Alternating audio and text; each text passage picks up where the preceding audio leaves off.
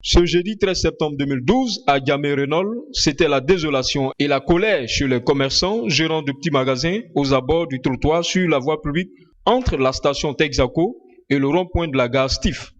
En effet, ils sont venus constater la destruction et les restes de leur fonds de commerce, leur gagne-pain qu'ils ont mis plusieurs années à bâtir.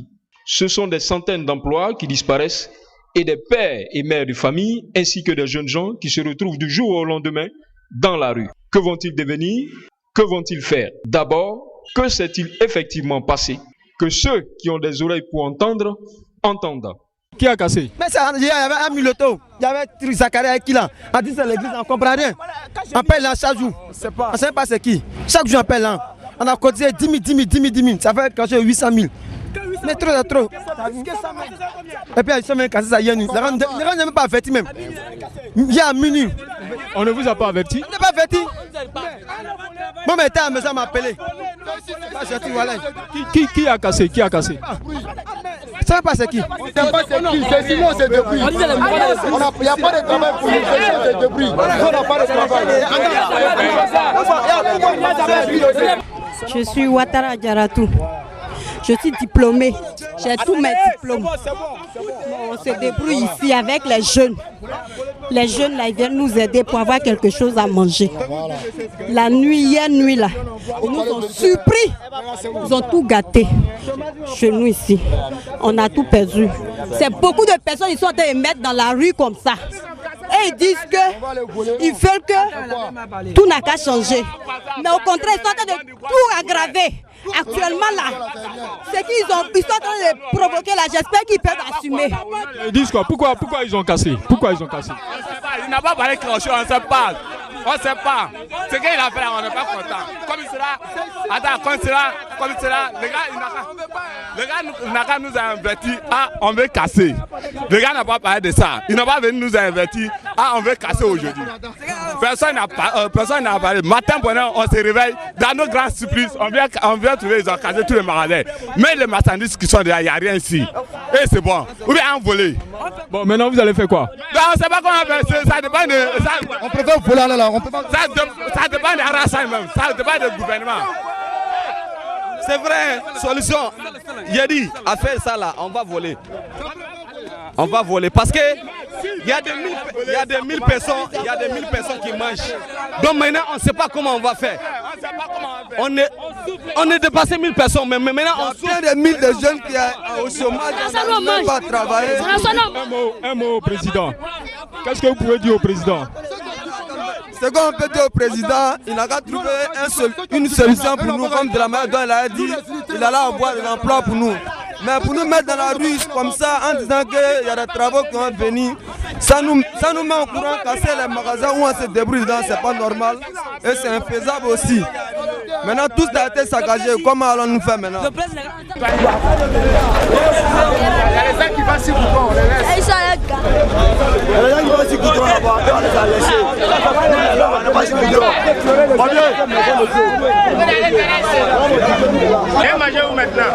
Nous remercions de nous d'avoir venu en aide. Actuellement, nous ne savons même pas qu'est-ce qu'il faut faire. En ce moment, nous sommes livrés à nos sorts. Nous demandons pardon au monsieur le ministre et monsieur le président qui a toujours voulu aide pour les jeunes, vraiment qu'ils puissent nous venir en aide. Nous ne savons pas qu'est-ce que nous pouvons faire actuellement. Nous sommes livrés uniquement à nos sorts actuellement. Vous-même, vous voyez comment ça arrive. Vous voyez ces milliers de jeunes. Et je vous jure que ce n'est pas le reste qui sont là. Nous sommes nombreux, nous sommes beaucoup encore, qui sont plus que ça. Nous ne savons même pas. Vous savez, il n'y a que des diplômés ici. Et vraiment, le projet que monsieur le président a voulu pour les jeunes, vraiment qu'ils nous viennent en aide. Nous avons besoin vraiment de son aide. Actuellement, nous ne savons même pas quoi faire. Parce que d'abord, il y a des diplômés parmi nous et encore des gens qui ne sont même pas diplômés. Et tous ces gens ont besoin d'aide. Nous demandons aide à monsieur le président qui veut nous venir en aide. C'est plus que nous pourrir de ça. Tu es plus grand que nous. C'est ça que je dis là. C'est pour faire ça là, non, tu es grand, tu es quoi? On a marché sur le soleil. Pour dire quoi? On a marché sur le soleil. assez, ça c'est trop. Je vais leur dire quoi. J'ai dit, monsieur le président, on n'a pas marché sous la pluie, sous le soleil pour nous laisser mourir de faim. C'est toute notre fortune on a mis dans ces magasins.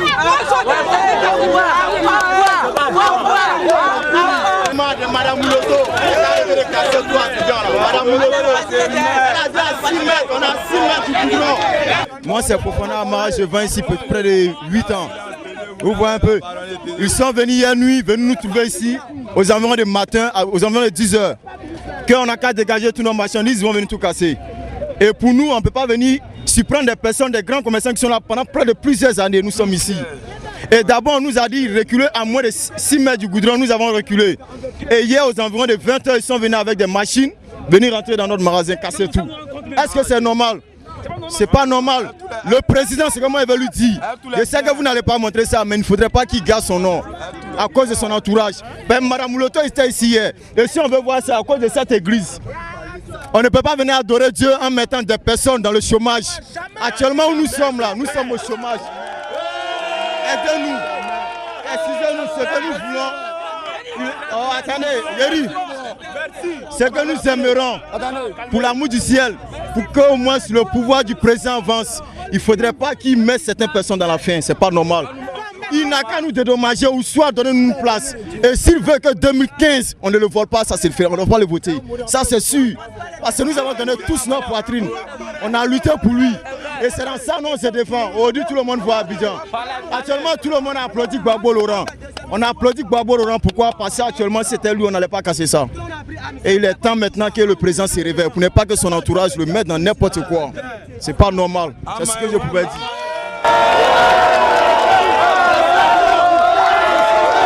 Écoutez, chacun d'entre nous ici là, a deux métiers. Il a été économiste, votre président. Nous là, on était élèves, aujourd'hui on a choisi d'être commerçants. Aujourd'hui on nous met dans la rue. Qu'est-ce qu'on va devenir? Qu'est-ce qu'on va devenir? On ne veut pas être voleur. Nous là, on ne veut pas être voleur. Voilà pourquoi là. Voilà pourquoi on choisit aujourd'hui là de s'asseoir ici pour vendre. Si on a décidé de vendre là, c'est pour ne pas être voleur, pour ne pas être braqueur, pour ne pas être ministère. La ministère qui coûte derrière nous là. On ne veut pas ça. Voilà pourquoi nous on choisit de travailler. Voilà, on va nous chasser là. Qu'ils créent des emplois pour nous d'abord. On va nous chasser. Il n'y a pas d'emploi, on va aller où?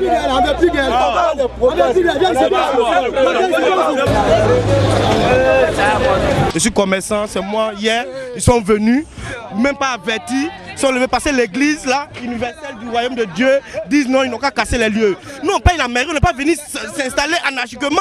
On paye la patente, on paye aussi le loyer, la mairie vient nous encaisser. En temps normal, la mairie doit nous convoquer pour faire une réunion, trouver un site. Ah, vous devez quitter le lieu. Mais brusquement, quand ils nous disent, le même jour ils sont venus, même jour là, ils sont venus directement, ils sont venus à une machine avec des corps habillés, comme on le dit, avec le district, venir que non, le district de l'insalubrité, pour venir casser les magasins. Sans préavis. Hein? Non, on peut quitter les lieux, mais trouvez-nous un site. C'est des personnes, c'est des pères de famille, on va aller où? Hein? On va aller où? Ce qui fait mal? Sinon c'est pas, c'est vraiment, on peut quitter les lieux, mais c'est pas bien. C'est pas bien. Donc, après décembre, ils allaient casser le coin. Ils nous ont pas prévenus. Décembre, il reste combien de mois? 3 mois. Ils allaient laisser après, à la fin d'année, casser. En janvier, comme ça, casser. Parce que c'est ce qu'ils nous avaient dit. Mais brusquement, hier, ils sont venus. Ah, on va casser à 20 h. Et puis, effectivement, à 20 h, ils sont venus, ils ont cassé. On a qu'à essayer de débarrasser les choses. Ils vont casser. Puis, effectivement, on pensait que non, les gars plaisantaient. Puisque quand ils disent que non, ils vont casser, on parle et on négocie. Ils ont pris l'argent pour bouffer. Et puis, alors, ils ont cassé à 20 h. Mais c'est pas normal, ça. Ça augmente le taux de chômage. Je sais pas comment dire quoi. Actuellement, on fait rien, on est là, on les attend. C'est pas bien. Le fondateur de cette église, est-ce qu'il peut nous donner cette réponse? Jésus n'a pas dit de faire pleurer un enfant. Dieu n'a pas dit de faire pleurer un enfant à une église à cause de faire pleurer ses enfants à cause d'une église. Il peut leur dire, ok, je peux vous loger quelque part. Là, c'est compréhensible. Mais il peut nous donner maintenant où on peut rester. C'est la deuxième question, ça. On dit qu'il est brésilien, il est quoi? Moi, je m'en fous de lui. Nous, on est africain. Il peut être chinois. Non, on s'en fout de lui. Le président nous a assuré. Les gens ont versé le sang à cause du président. Oui ou non?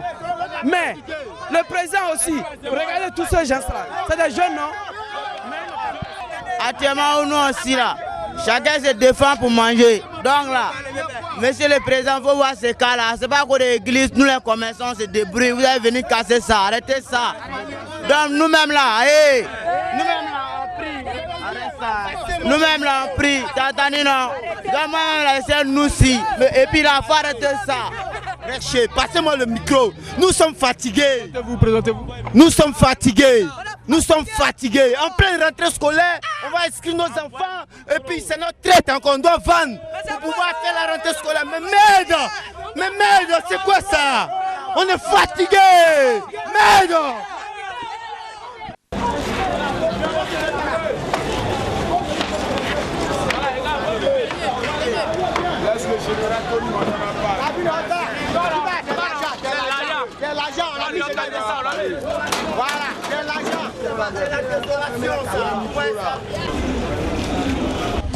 Bon, ça fait quelque chose de, on peut dire au moins 3 ans. Mais c'est dans ça on vend, on se nourrit, les parents. On fait tout. Mais c'est hier nuit à 21h, on ne sait pas ce qui s'est passé. Ils ont commencé à casser tout. Tous nos biens gâtés. On ne sait pas où on fait maintenant, c'est débrouiller pour moyen dans quoi. Donc maintenant, voilà le peuple qui n'a qu'à nous arranger, n'a qu'à faire. Le président n'a qu'à nous arranger. Nos magasins, tout est gâté. Nos magasins, tout est gâté. On n'a rien à perdre, on n'a rien à gagner. Et pourtant, les parents sont là. C'est nous, on doit nourrir les parents matin, midi, soir. C'est dans ça on fait et puis on gagne. Les 1500, les 3000, les 2000. Mais là, tout est gâté, monsieur. On ne peut rien. On fait comment maintenant? Donc, l'État n'a qu'à chercher pour une proposition pour nous donner, pour que où on doit chercher pour travailler. Monsieur. Ouais. Donc, il demande l'État n'a qu'à chercher une bonne position pour nous. Parce que tout est gâté. Tous nos biens sont gâtés. Voilà. Présentez-vous. Ici, moi je m'appelle M. Tambine Ali, je suis au tournant ici. Ça fait en 1994 je suis venu ici. Au moment où Dambélé a fait autoroute sur le boulevard Nangue à Brevois, nous sommes venus ici en 1994. De 1994 aujourd'hui, à nos grandes surprises hier à 20h, bon, les éléments qui sont derrière ici, qui s'appellent le nom Blanchard, ils viennent nous dire d'enlever notre marchandise. Ou soit ils vont venir détruire ça avec tous nos biens. Bon, les gens qui sont kalash, nous on n'a rien, on a main vide seulement. On ne peut pas lutter avec eux. On est obligé de saisir notre marchandise. Ils sont venus détruire notre bien à hier à 21h. Donc vraiment on ne sait pas où on va aller. Bon, depuis les ans de construction, ils sont venus. Depuis l'année passée, écrit universel, ils sont derrière nous. Pour nous déguerpir, ils sont tous passés par le moyen. Ils n'ont pas pu. Ils nous ont envoyé à la mairie. La mairie nous a envoyé mise en demeure l'année passée. Ils nous ont pas pu. Ils nous ont envoyé ça à la justice. Nous-mêmes là, on était autorisés par la mairie. On avait l'autorisation de la construction. On est parti à la justice. Ils nous ont pas pu. Et ils sont passés encore par qui? Ils sont partis. Le directeur du cabinet de Anne Loto, M. Kona Klima, je ne sais pas si c'est une femme ou bien un garçon. Kona Klima a fait écrire une lettre et puis en plus, leur IG là, il avait fait papier, ils sont montés ça pour venir nous donner, pour nous dire de quitter dans 24 heures. Dans 24 heures, nous on dit on ne peut pas. On est parti jusqu'à mettre à la mairie.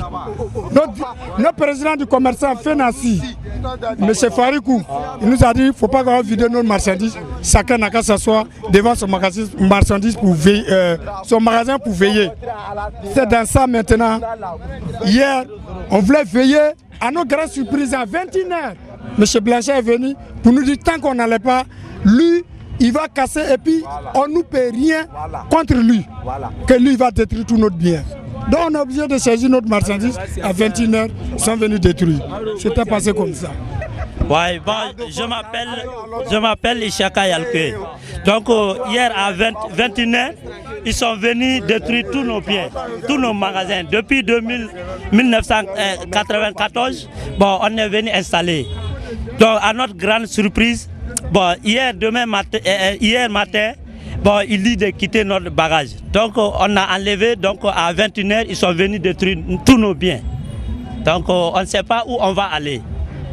Donc l'autorité, il n'a qu'à nous voir, il n'a qu'à nous voir, il n'a qu'à nous donner les places pour nous donner. Nous, on est chef de famille. On est chef de famille.